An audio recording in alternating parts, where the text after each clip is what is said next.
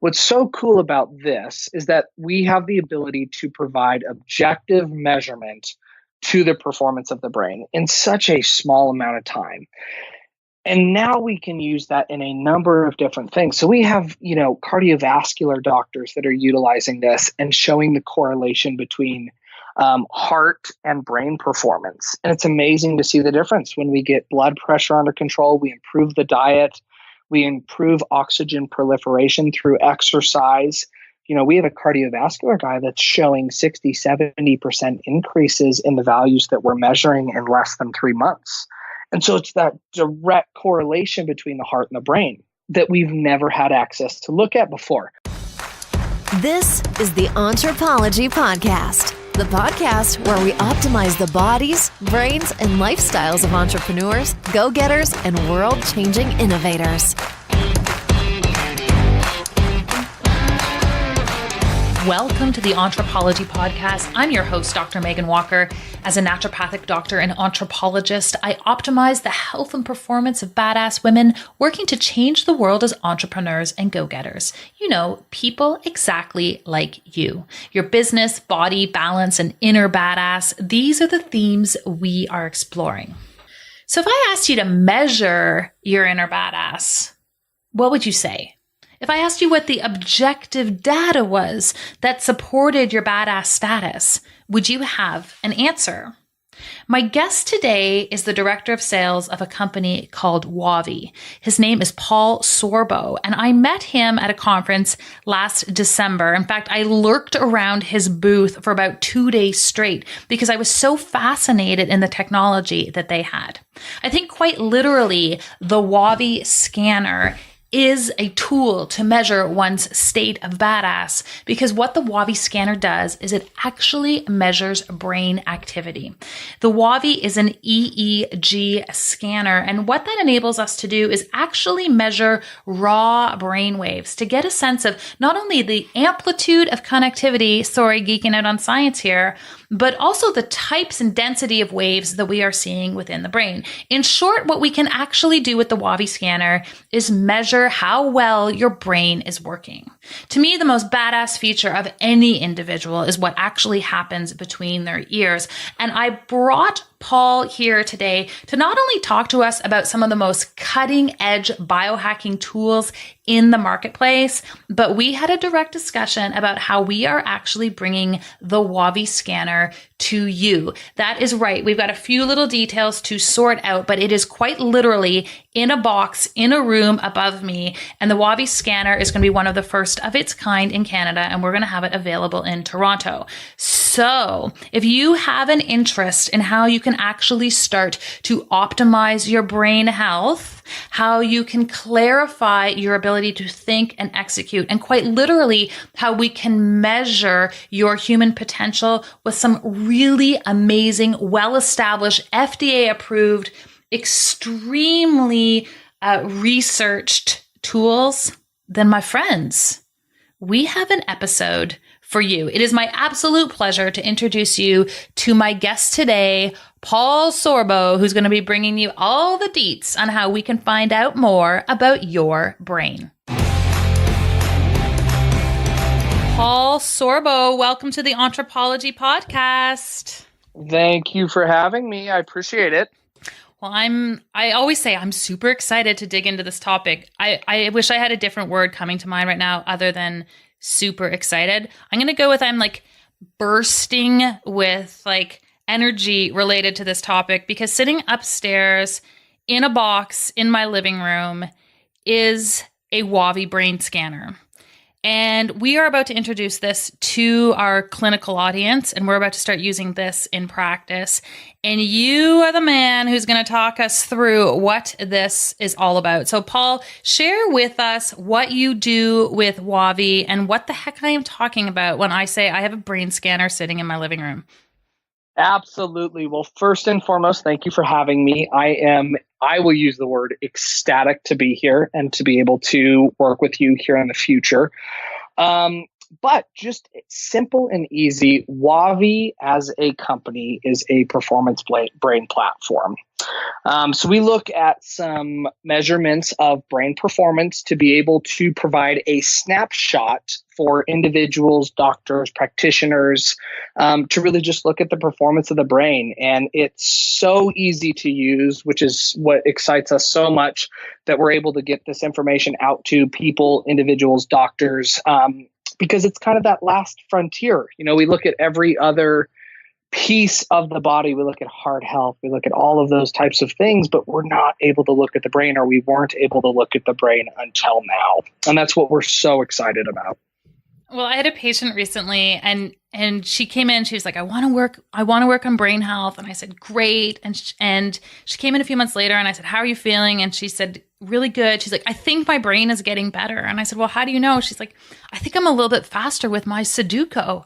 And I had this moment where she told me this and I was like, really? Is this the best we can do? Is that she thinks she's maybe doing better because she's faster at Sudoku? Like, we need to have something more sophisticated than that as a clinical measurement with respect to brain health. And then I was so excited when I met you at A4M in December, because I kind of fell in love on the spot. It was like love at first sight with your technology. I think you probably saw me like hovering around your booth all weekend.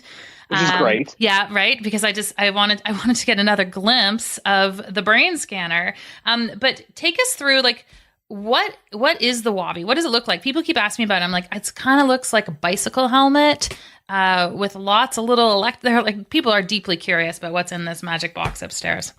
Yeah, no, absolutely. So I think the first thing to start off with is that we wanted so badly to make brain performance something that was not intimidating. And a lot of these, we first and foremost utilize EEG technology to be able to do what we do. And if you've ever seen an EEG cap, they're not exactly great looking, and they're not exactly something that's not intimidating. Most of them have, anywhere from 20 to 100 electrodes on them, and you got to utilize EEG gel, and it's this terribly ugly cap that you got to put on your head, messes up your hair. It takes hours to get good connections.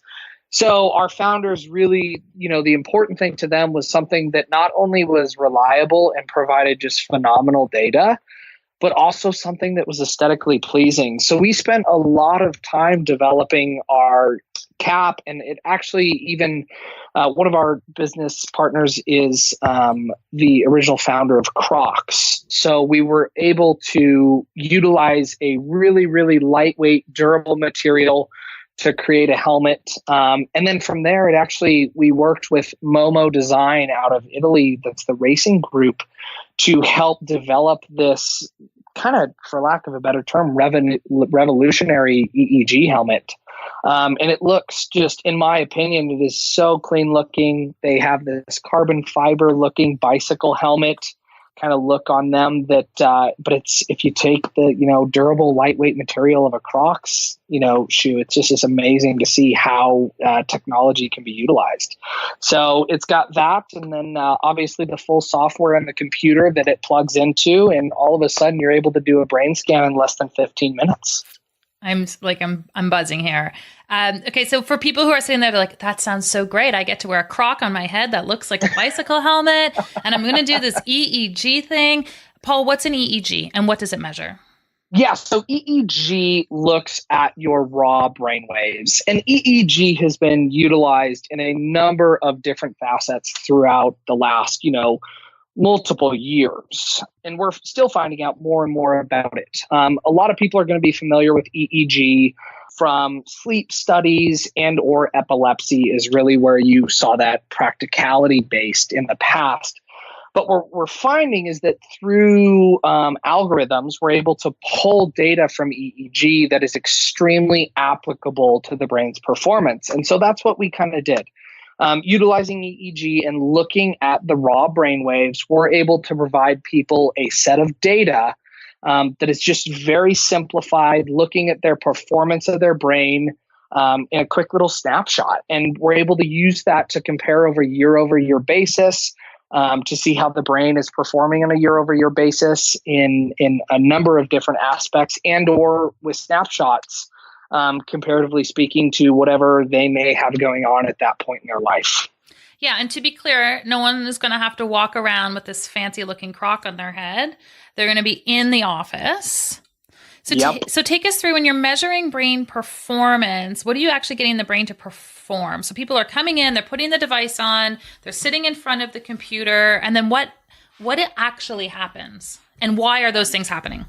Absolutely. So first and foremost, one thing I want to talk about is ERP, or evoked response potential. So your brain measures your brain is amazing, first and foremost. I think both of us can agree on that. It's so amazing to see how complex a signal is in that. But what we're able to do is we're actually able to track both the strength and the speed at which your brain processes a signal.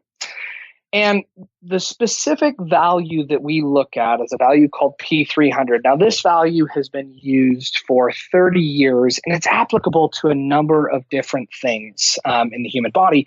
It just so happens to be a great standpoint for brain performance. So when someone sits down, what we basically ask them to do is a 4-minute test. And by doing so, what we're able to do is we ask the brain to respond to an uncommon signal. And whenever that uncommon signal happens, your brain basically says, oh my goodness, I know I'm supposed to do something. What am I supposed to do? Oh, I remember. And we're able to track both the speed that signal happens at and the amplitude or the strength at which that signal happens at.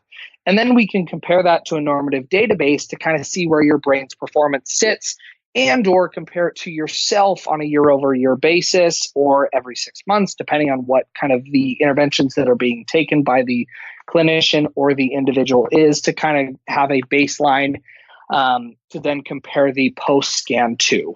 So what are these uncommon signals? Yeah, so we use both. We have a couple of different things. First and foremost, we have an auditory test. So we play a series of tones on a regular basis, and then we play a random high-pitched tone. And basically what we do is we ask someone to click a mouse whenever they hear the high-pitched tone, and then the brain is responding to that. It's like, oh, I heard the high-pitched tone, I have to click the mouse. And that's where we're starting to get that P300. We also have a way to do that visually as well. But most of the time we're using that auditory stimulus. And it's really cool because what's happening is that signal is coming in through the ear, going to the thalamus, and then bouncing off the cortices. And you can literally see exactly how this signal is transferring through the brain and how the brain is analyzing that random signal. I kind of like to call it your conscious subconscious reaction time.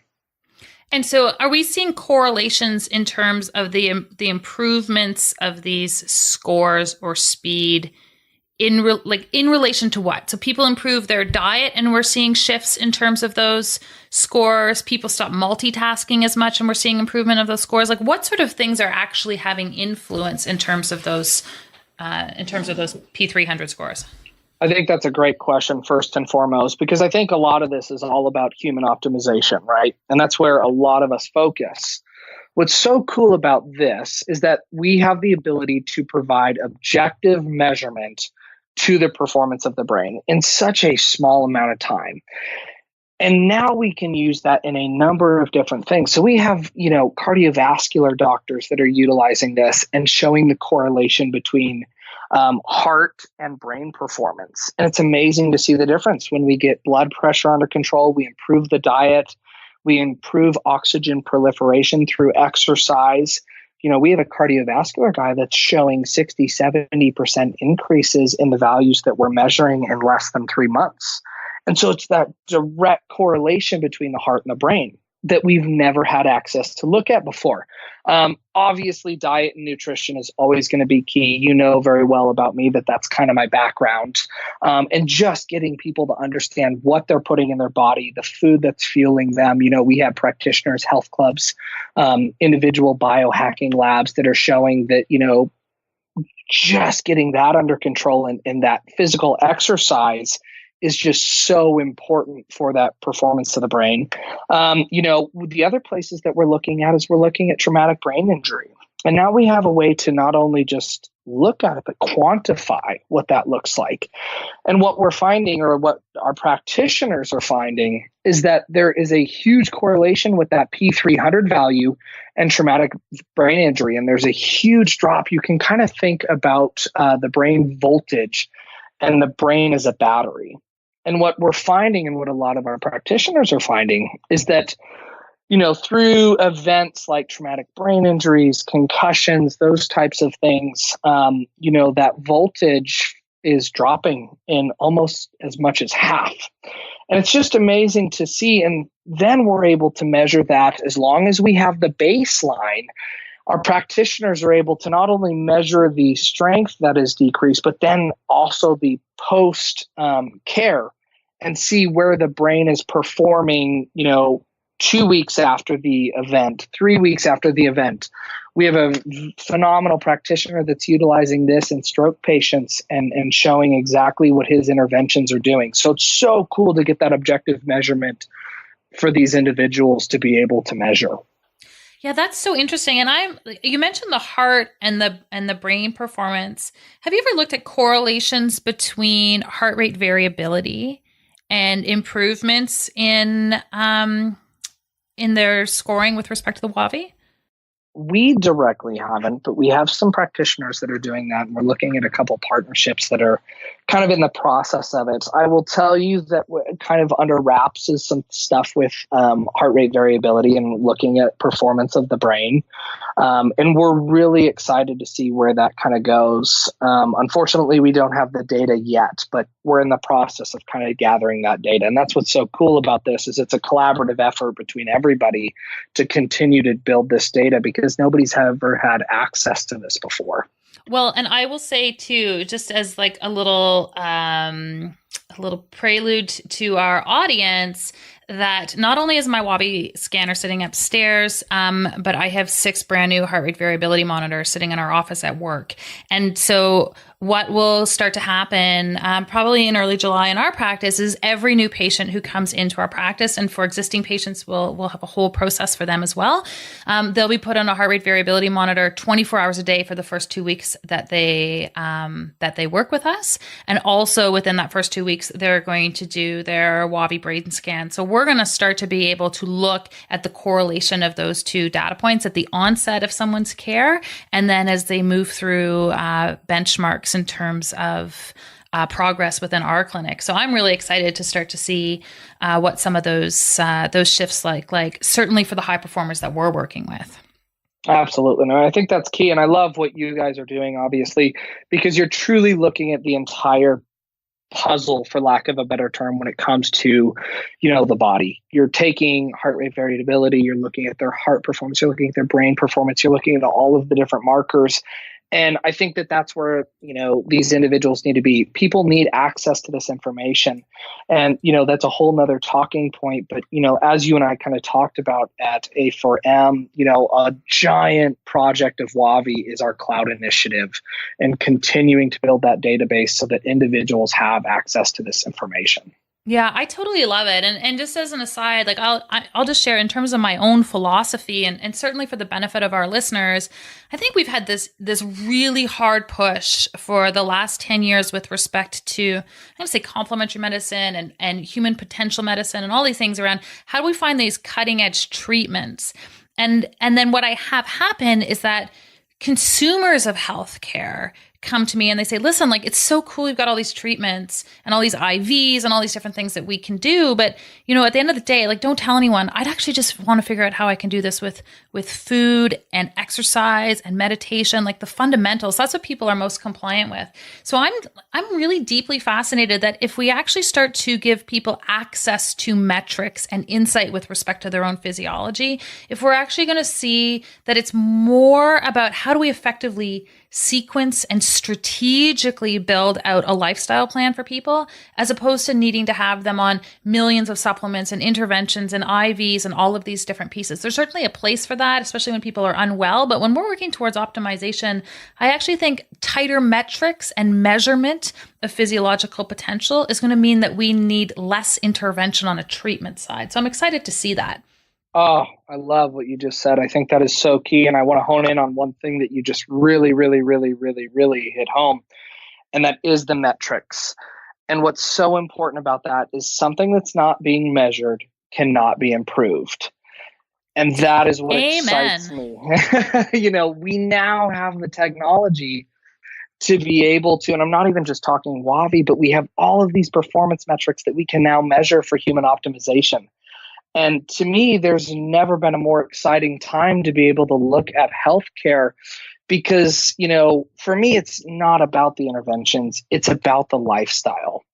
How do we get people the most optimal lifestyle to live their best life? And that's obviously not shoving supplements and drugs down their throat. It's giving them the ability to take care of themselves by measuring the key performance metrics of their body, including their brain. Absolutely. And then some people will say, well, can't I just tap in and figure these things out? Yeah, I think you can once you have that level of awareness. What I've seen most people do their whole lives is ignore the natural communication system of their body. They fall down and they take a drug to mask the pain. They've got digestive discomfort and they just ignore it until it's a full-blown state of disease. So I actually think it's not our inherent nature to listen to the feedback mechanism. But one of the gifts, I think, of technology is that it's like a jackhammer of feedback compared to what the body does naturally. And I think it's the jumping off point. It's a starting point. It's exciting. It's new. There's a real opportunity here for us to start to put our foot in the door of people tapping into what their body's been trying to say all along. Absolutely. And just be able to show them that information, right? And that's the key. Show them the information. You have the natural response mechanisms. I mean, I think about it, obviously, and this is just my personal opinion, but if we talk about something like, the heart, and we talk about blood pressure, well, what's one of the easiest fixes for blood pressure? It's physical exercise. It's natural release of nitrogen oxide. And there are so many studies that you can look at with the benefits of nitrogen oxide and literally just all of a sudden there's huge correlation between brain performance, heart performance, overall wellness. Well, it starts with moving and just educating people that they need to move throughout the day. Sedentary lifestyle causes issues. So of the data sets that you have right now, what has been an intervention where you have been most surprised or blown away by the changes in terms of brain performance?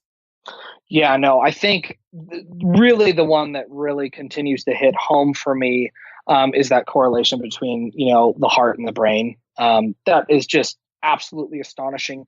And I think the reason that one hits home for me so much is I lost my grandfather to Alzheimer's, years ago. And that's where a lot of my passion comes from is, he was not a healthy individual by any stretch of the imagination. He wasn't working out. He wasn't, physically fit, but he wasn't overweight by any stretch of the imagination. And what a lot of doctors and or professionals are finding is that Alzheimer's and dementia are a 15 plus year disease for onset. And it's not like you catch Alzheimer's, you don't catch dementia.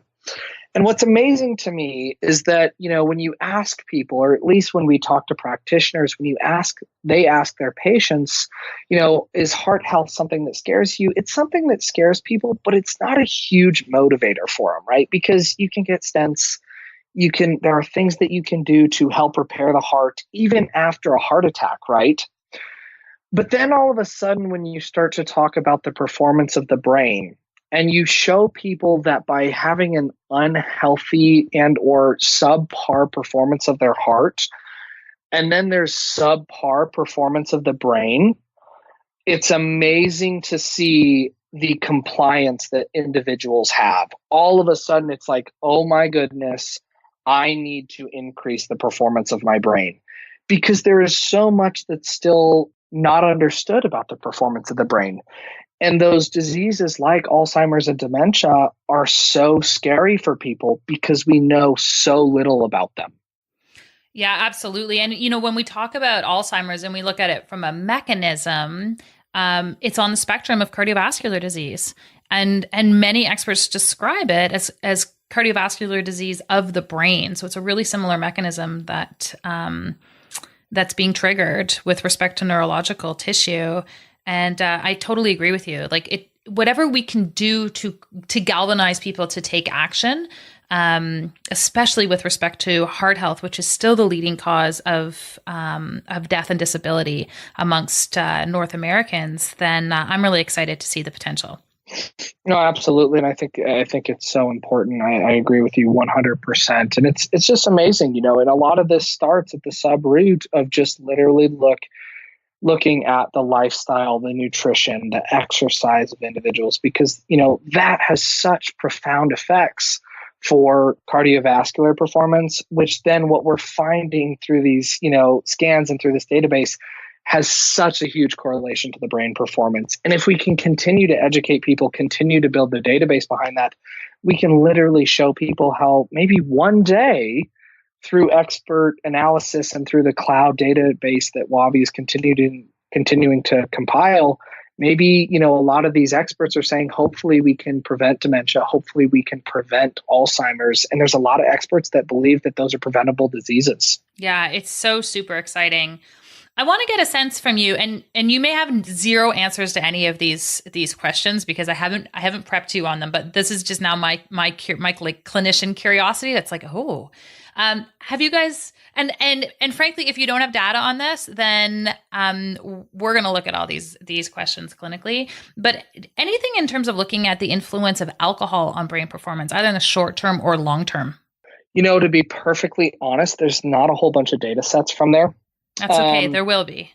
There will be. And that's what's so exciting about this is there needs to be. We do, and we currently are doing a lot of research, and it's not alcohol, but we have a lot of people that are doing research with CBD. And there's some amazing findings. And unfortunately, those are not my results to talk about yet.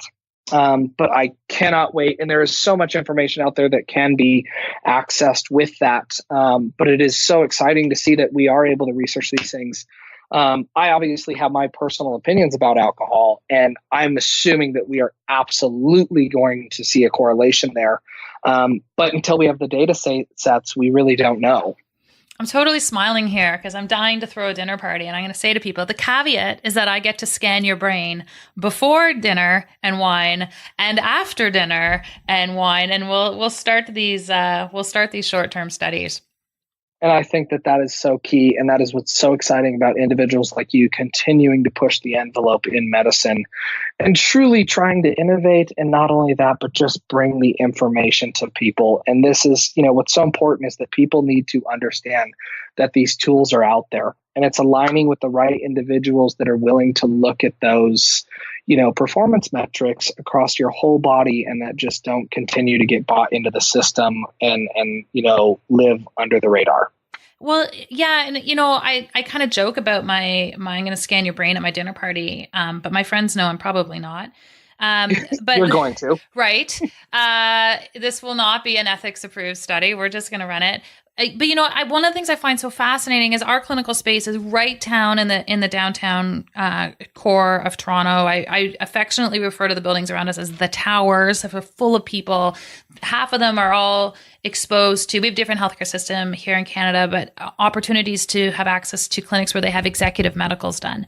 And at these executive medicals, they spend the day. They do all sorts of testing. I end up getting copies of all of these reports, and I find them exceptionally important in terms of ensuring that your baseline evaluation of disease potential is taken care of.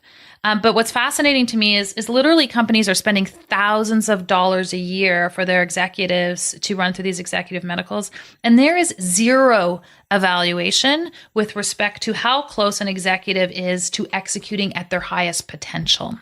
That's what I'm so fascinated about understanding is it's all well and good that your senior vice president isn't going to drop dead of a heart attack tomorrow, at least as it pertains to their numbers. But I'm super interested in knowing whether or not that SVP is anywhere close to executing at a level where they could be. And that's one of the things that I really hope that we're going to be able to bring to the table is not only education around these pieces, but the actual metrics. So people can go, whoa, like this is amazing. Like just so you have a performance evaluation with respect to how you are doing at work, or you have KPIs in your business. I'm really hoping that we start to establish baseline KPIs related to performance for those people who are really putting awesome things out into the world. Absolutely. I think that is so key. And that truly is. I think that's the next frontier. I mean, obviously, we're seeing this hugely emerging field of biohacking. Mm-hmm. And, I think biohacking came into the dictionary less than 5 years ago, right? Yeah. Dave Asprey can lay claim to that. Absolutely. Absolutely. And so what's so cool about that is that truly is the optimization of the human body. And, what's so fascinating for us especially is, what does the optimization of the human brain look like? Well, you have to be able to measure it first. 100%. Paul, I just want to acknowledge, because what I've realized in this particular podcast, because I'm so excited about it, is you've actually been having to handle me just throw a whole bunch of statements at you and not that many questions. And you're handling this like a pro. Like, I don't know what you're doing for your brain, but I definitely appreciate that. Well, I appreciate it. Well, here, I have a question for you. So I did it to you again. I just threw you a statement. You rolled with it. I know you are working with some really key and influential biohackers. What are some of the key clinical questions that they are asking themselves? What things are they interested in understanding from an interventional perspective? Are they looking at with respect to brain performance?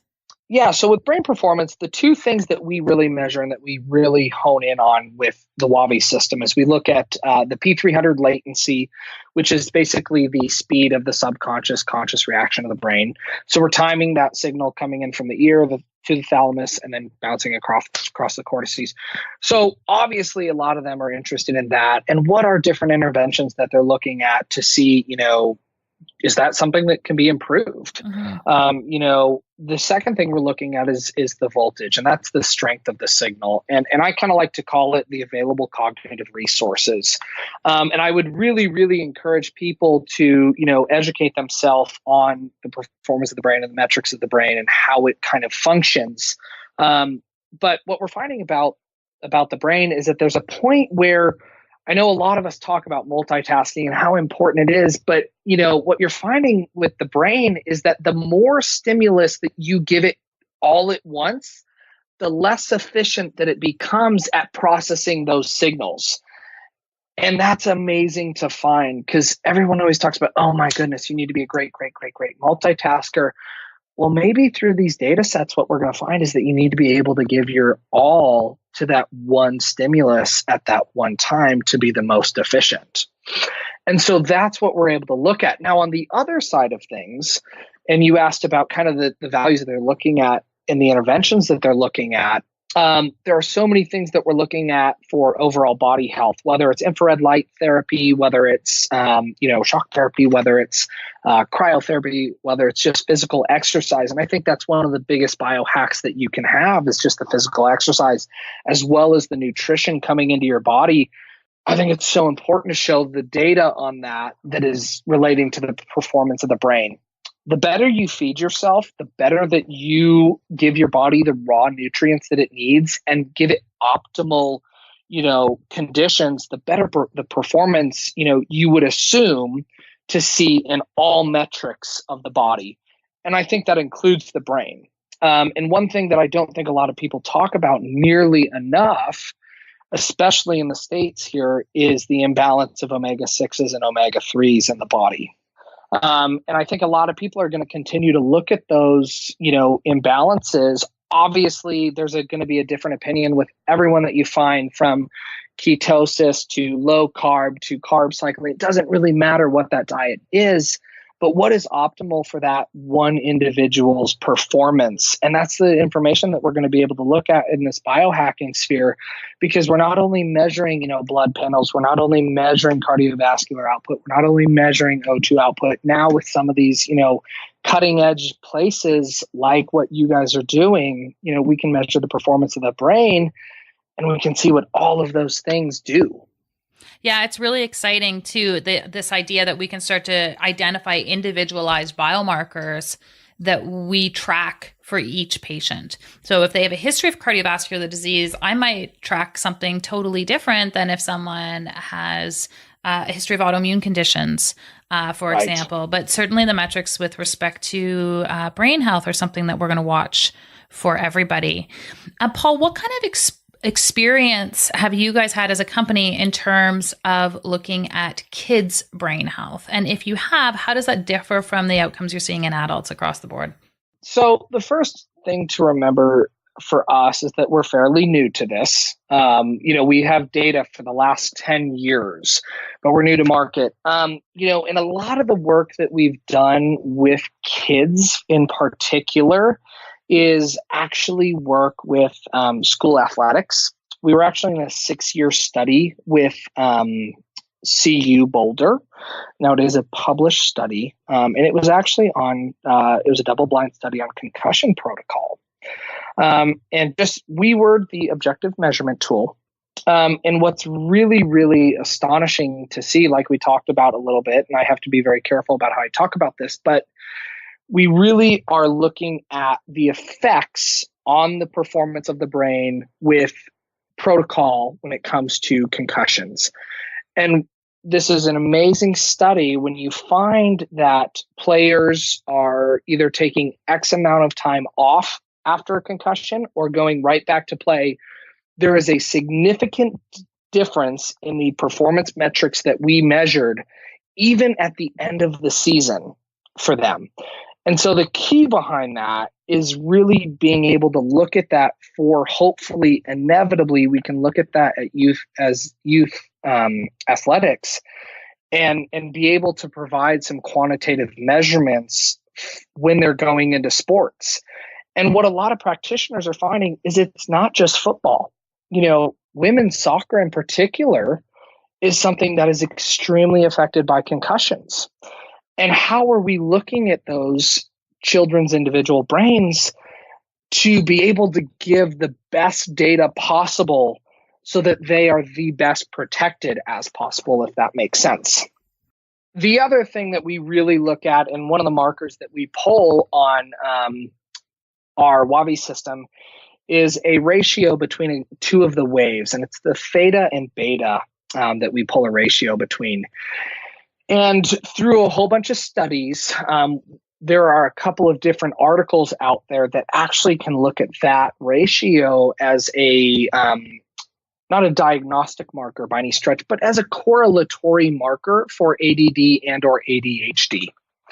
And that'll be really fascinating to continue to find out more, especially for kids. I think ADD and ADHD is something that people tend to look down upon as a deficit. If you looked at my brain scan, my theta beta ratio is through the roof. And anybody that utilized that as a marker would tell me that I needed to be medicated, instantaneously. But it's the way that my brain works, and it's not a deficit to me. I run a multitude of different things throughout the day, and it's the only way that I can keep everything straight. Yeah, I suspect I'm going to fall into a similar pattern. And what's really interesting, actually, my husband and I are super passionate about the influence of children's diet on brain performance. And so again, speaking of the unethical studies that will take place within my own home, we're actually really curious to do even some short-term brain scans on our kids. So when they have sugar versus they don't have sugar versus they have like a nice high protein and veggie-based lunch with really great fats versus higher carbohydrate meals, and whether we see some short-term spikes and influences. So we'll keep you abreast of that. I am just so excited. And I think that's what's so important about practitioners like yourself that are curious about the data. And, that is what so excites me. And obviously we've kind of touched on this. The coolest part, in my opinion, about what we're doing at WAVi is the database that we're continuing to gather. And it's going to be amazing for practitioners like yourself to have access to a database of all of these performance metrics, where you hopefully one day, let's say in 5 years, can plug in a number of performance metrics and look at the data there to help make the best possible outcomes for your patients. Well, I'm so glad that you are excited by this because you're probably going to be my only friend after making these announcements because no one is going to want to risk coming over to my place for dinner or sending their kids this way. Hey, fellow go-getters. So we've got a lot going on right now over at Anthropology Performance Labs, and I want to make sure that you guys are in the loop.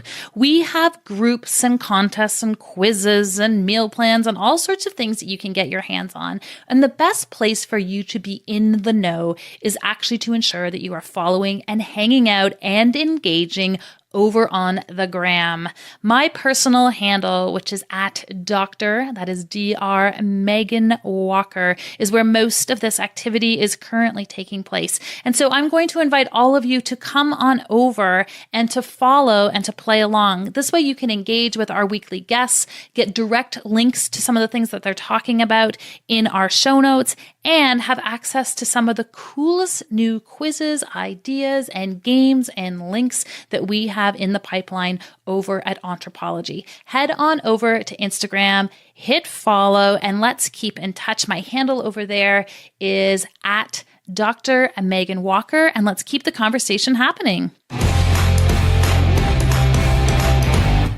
Paul, I think this is a really great place to move into the second half of our interview. And I call this section our KPIs, or key performance indicators. So just like we have these in our business or in clinical practice, I believe that we each live our lives in such a way that there are key indicators in terms of what our own health outcomes would look like. So if you'll indulge me, I know your brain can handle it. I've got some rapid fire questions for you.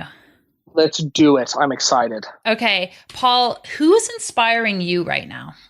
People that are inspiring me are the people that are truly, and I can name a couple of people, but I just want to throw out a topic.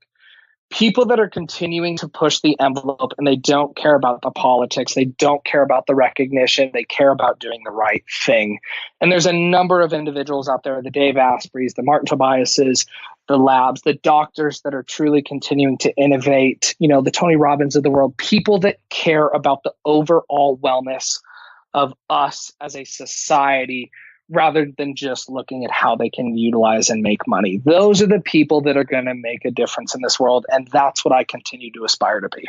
I love it. What is your audacious goal for the next year?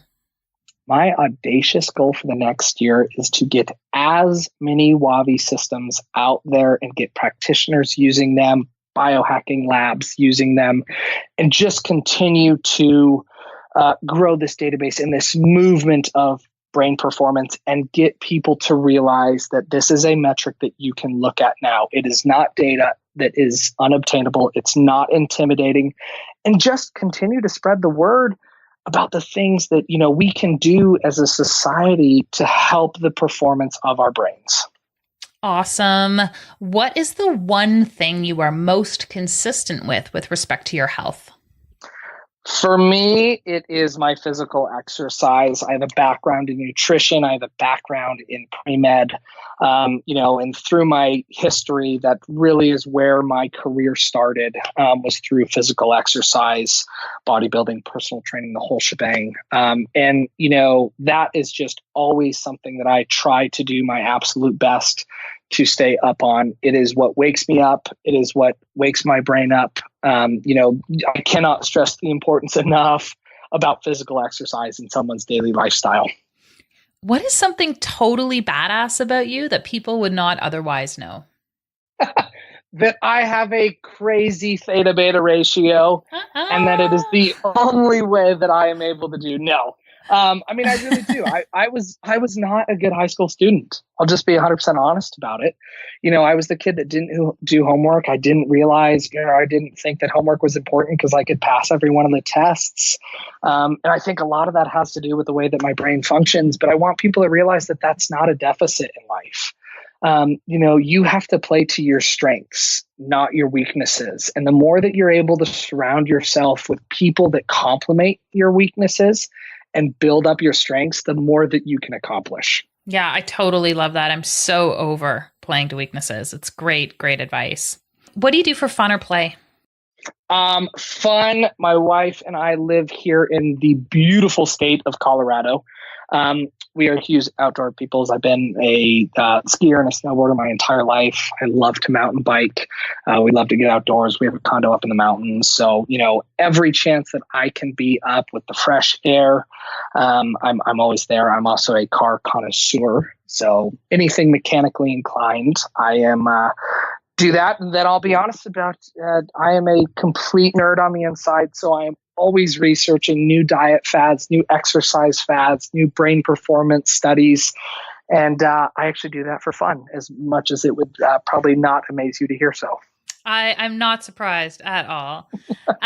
Last question for you, Paul. Entrepreneurism. Are we born this way, or do we learn to become entrepreneurs? To be perfectly honest with you, I believe we are born as a creative species.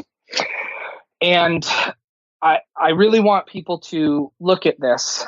And it's amazing to see the difference at kids under 6, the amount of kids under 6 that actually operate at a genius level versus the amount of adults that operate at a genius level. It's as much as 70% of children under 6 operate at a genius level. Those adults graduating from college, less than 10% of them operate at a genius level.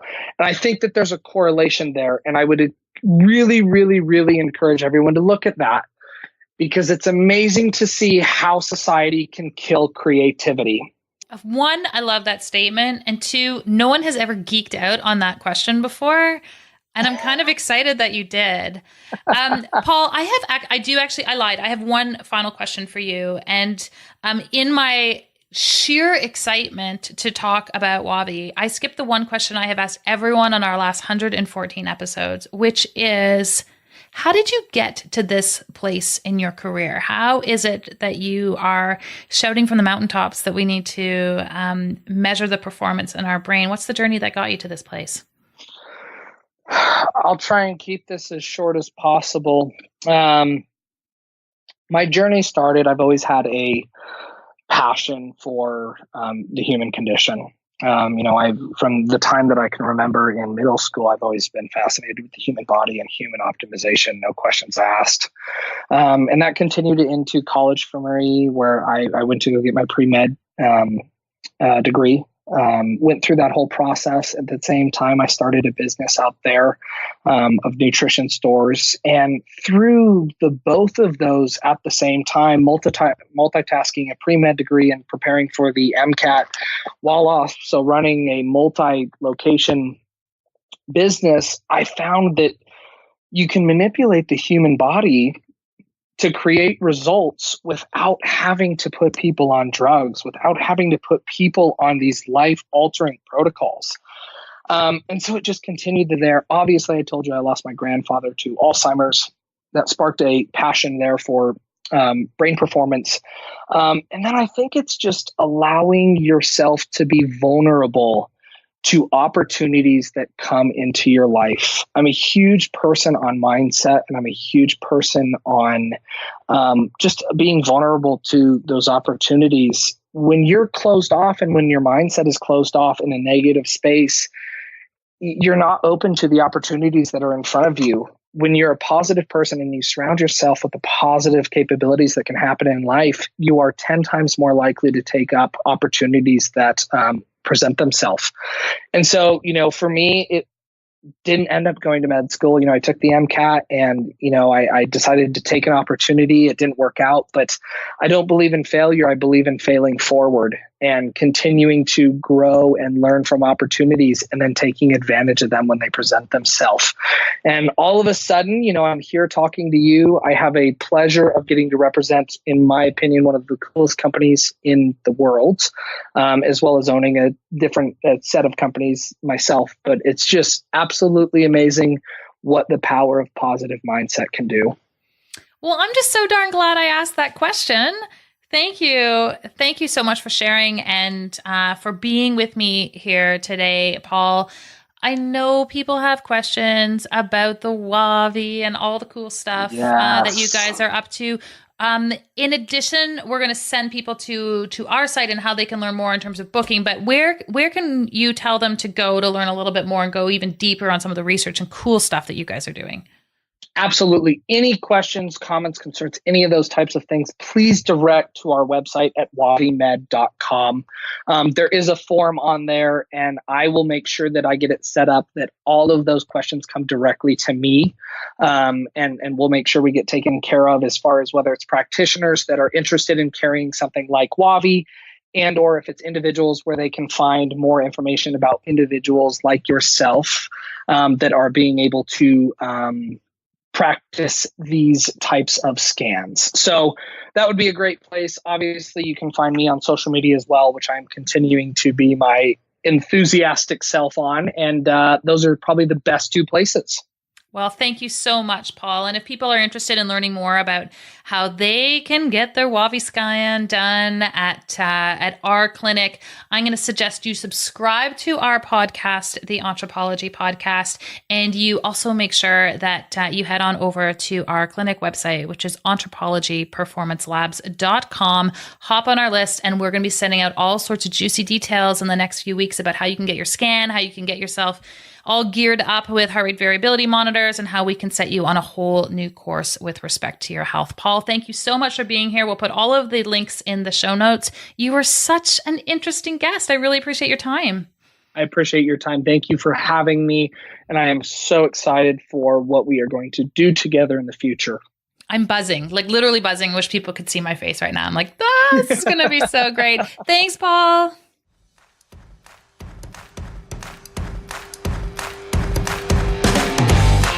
If you enjoyed our conversation and would like to hear more, head on over to Stitcher or iTunes and subscribe to the Anthropology Podcast. We would also really appreciate a quick review. When people have their health, they can change the world. Let us keep you healthy and you go change the world.